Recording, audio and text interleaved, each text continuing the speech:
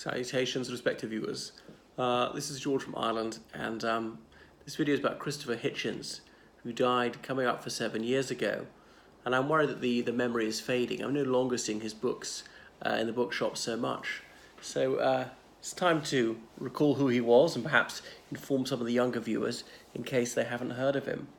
He's a man whose influence is still felt in certain circles today. Rahim Kassam, someone for whom I don't have much time, I recall him saying that he was profoundly influenced by Christopher Hitchens.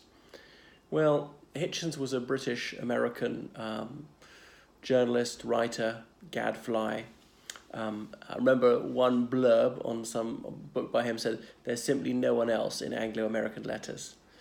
I was first aware of him in about 2003 when I saw his book on entitled "Nobody Left to Lie To," the triangulations of William Jefferson Clinton, as in he was skewering President Clinton. It was a very snappy title. I remarked on it to my Teutonic lady friend at the time, and I also cast my eye over the trial of Henry Kissinger. So he was the US Secretary of State in the late 60s, early 70s, and Christopher Hitchens absolutely abominated Kissinger for, well, I shan't go into it. I could do a whole other video on alleged wars of aggression and so on. So Christopher Hitchens is born in 1949 in Portsmouth, and his mother was not a virgin. Hitchens was always ridiculing the notion of parthenogenesis, so beloved of Christians and our Mohammedan brethren. So Christopher Hitchens' father was a Royal Naval officer, Eric, and Christopher took his father's middle name, it was given his father's name as his middle name, I ought to say. So Portsmouth is the headquarters of the Royal Navy, and Hitchens' grandparents had been working class. He didn't discover till much, much later that his mother was half Jewish, I think, making Hitchens a quarter Jewish. He said it's on the right side. Well, I don't know if it's his mother's mother was a full Jewess, but he's brought up conventionally Church of England, and that's that. So he moved around a little bit, included to Malta when he was small, and his parents, they had some social status. They didn't have a very high income, and his father was stolid, a man of few words, and the parents scraped and managed to send their sons to the Lees School in Cambridge. So it's a secondary school. It's not part of Cambridge University. It was set up by the Methodist Church. Christopher Hitchens has a brother, Peter Hitchens, who's an ultra-conservative journalist. Anyway, it wasn't such a grand school, but it was certainly provided them with a decent education. And there he experimented with homosexuality. There were no girls there at the time, so he was almost expelled for that, but he managed to get into Oxford University. He went up to Balliol College, Oxford, where he was reading PPE, Philosophy, Politics and Economics. So he would arrive there in 1967. And I suppose anybody in British politics and writing would have been either at Oxford or Cambridge in the 60s, if they're of that generation. In 1968, he went to Cuba. He volunteered to help the Cubans take in their harvest.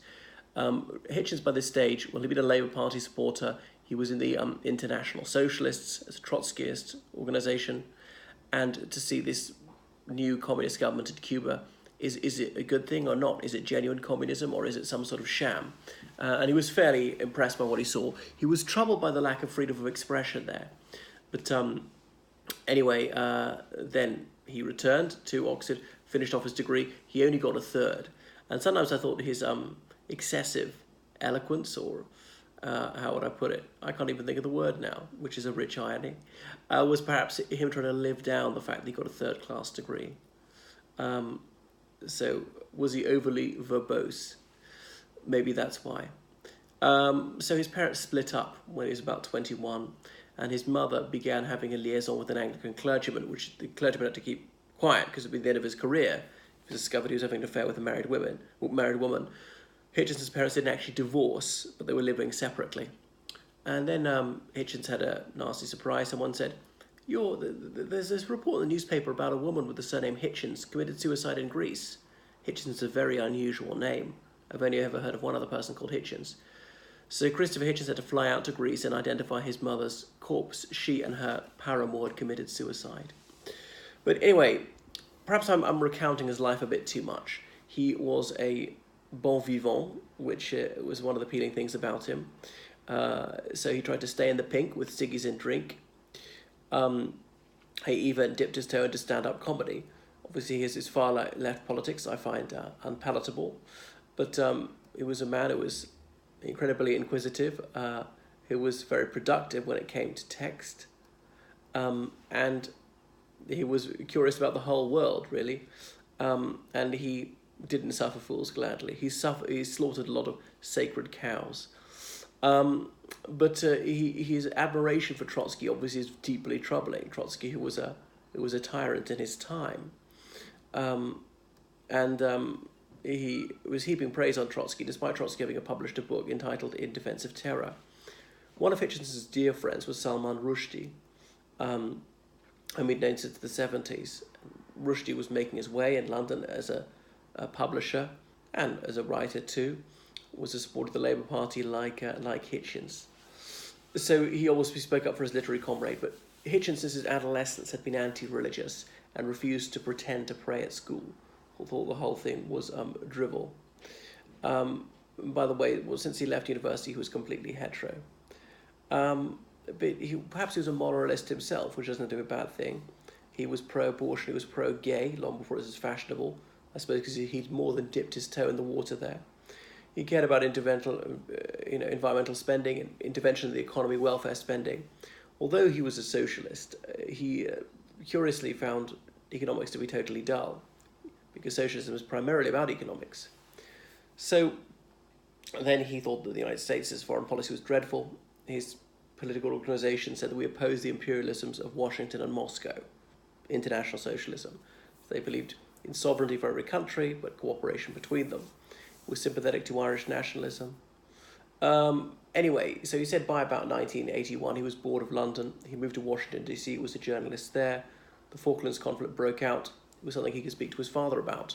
And Hitchens was one of the only socialists he knew who was in favour of liberating the Falklands, whereas his father was the only Tory he knew who was against it. Thinking it might be a fiasco. People thought it had shades of Suez. But Hitchens said no, because obviously this is democracy at work, and there's this fascist military junta in Buenos Aires. Once the Argentine army is defeated, the dictatorship will fall, it will restore democracy. That'd be a wonderful thing. In fact, Hitchens was on the money. It transpired to be that way. So in Washington, D.C., he was disgusted with Reagan, saying that he's turning Central America into a charnel house. Clinton came along, and he loathed Clinton as well. And for a left-winger, this was an odd position, because he was giving the left some what they wanted. And what was the alternative? As people would say to Hitchens, do you want Dan Quayle as president? Well then, you've got to back Bill Clinton.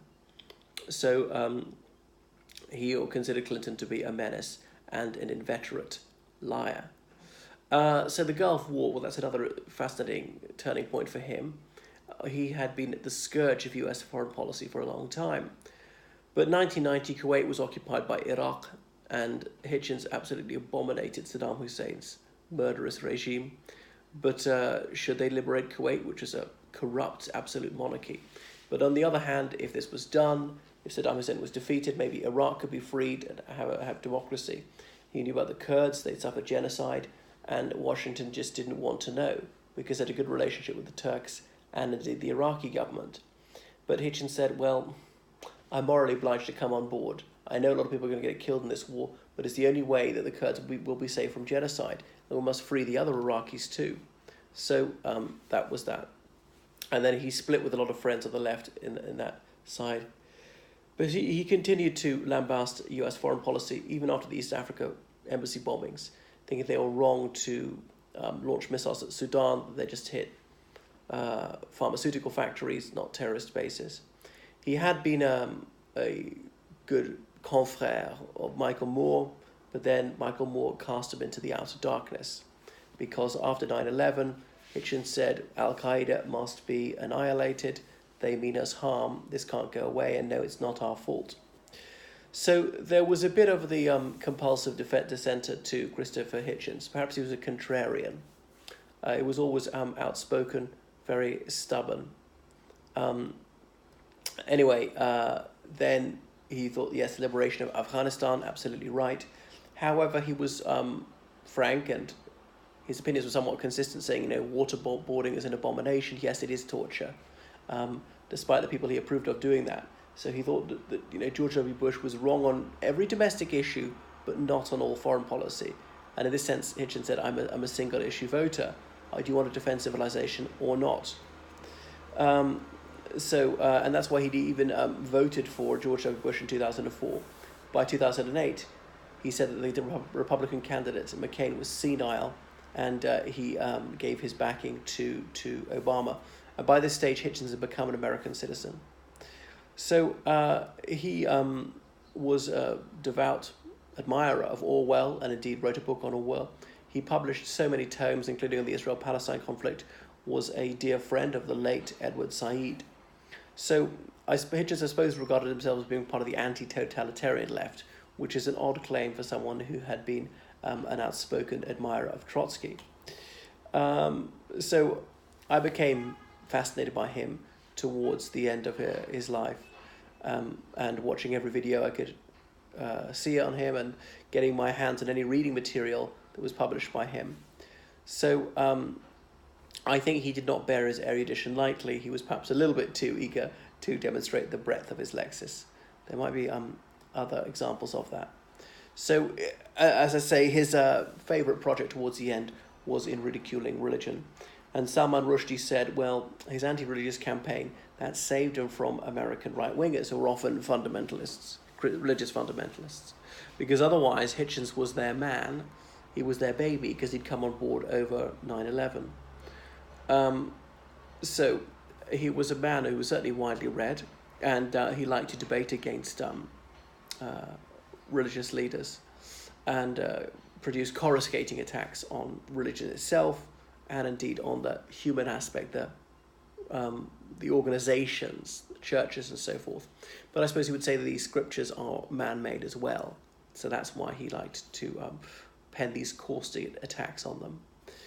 All right, so he was bitingly funny about the people he detested, and he refused to conform to certain pieties, wouldn't express any regret about the death of Jerry Falwell, whom he thought was the most detestable Chaucerian fraud, in his own words. Anyway, you really ought to familiarise yourself with Hitchens' writings if you are a inquisitive person. And he always had to be called Christopher, not Chris, mind, which was quite an old-fashioned and pucker thing to do. So, although he liked to puncture pomposity, he was somewhat stuck up towards the end of his life. There we are. So he got cancer of the throat, and he said that some religious people had said, well, that's divine retribution, it's apposite, that God's punishing you with the organ that's committed so much of the blasphemy. But he said, no, that's not true. So he was a heavy smoker, and at the end, in his interview with Anderson Cooper, he said that smoking may not be advisable. As Cooper pointed out, that's perhaps the feeblest anti-smoking warning he'd ever heard. So he was a Sybarite, and as a smoker, I suppose he brought on his own premature death, which is an awful pity. But he didn't seem to feel any self-pity in his declining months, and that said he would go on battling for his causes until the very end. Bizarrely, his final words were Marxism, downfall. Marxism, a creed which he seemed to have renounced quite a few years before. So he was twice wed to a Greek woman, first of all. He used to go to Greece a lot in the 70s. He had loathed the military regime there, which was installed partly at the behest of Henry Kissinger. He married, Carol Gold was his second wife. I'm not sure if he had any children with her. So he was superb at inveighing against those he wished to destroy, politicians of all sorts, and he was tireless, could produce words at a ferocious rate. He'll be sorely missed. I don't think anyone could replace him. So there is so much to enjoy about his writings, which are incredibly witty and informative. Well, that's it. Read him.